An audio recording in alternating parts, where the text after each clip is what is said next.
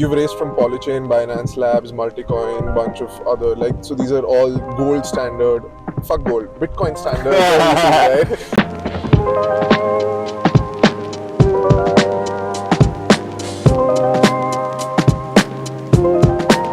right? Since we're being poetic and philosophical, right? I feel, at least I hope that a lot of new founders or upcoming builders in the space watch this and they take away a few things, right? You've been a founder for a long time now, and I feel there are two major things that it comes when it comes to be a founder. One is the art of fundraising, and second is the art of team building, right? Both of which you've done phenomenally well at Manta.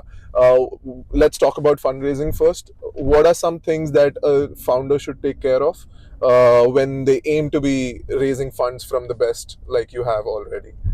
Yeah, I think that sometimes people are they're very caught up in a couple of things, right? Like one is making sure you get the money. Right. I think that especially if you have a good product, if you have a good team in this market, right? Like the money shouldn't be your top priority. It'll come. The second thing is raising from the brand names.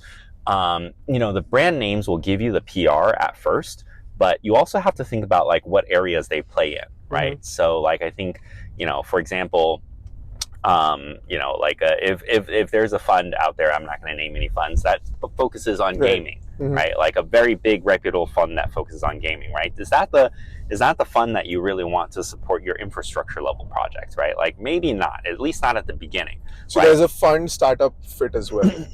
Exactly. Yeah. The question is, when do you want them to be in, right? Like if you want this fund who focuses on gaming to be in your round, maybe it's not the first round, because in the first round, you're not even attracting GameFi projects, right? You're just building out the infrastructure. But maybe by the third round and your testnet's already launched, and now you're trying to get these games in, right? That would be the right time to approach and talk with them.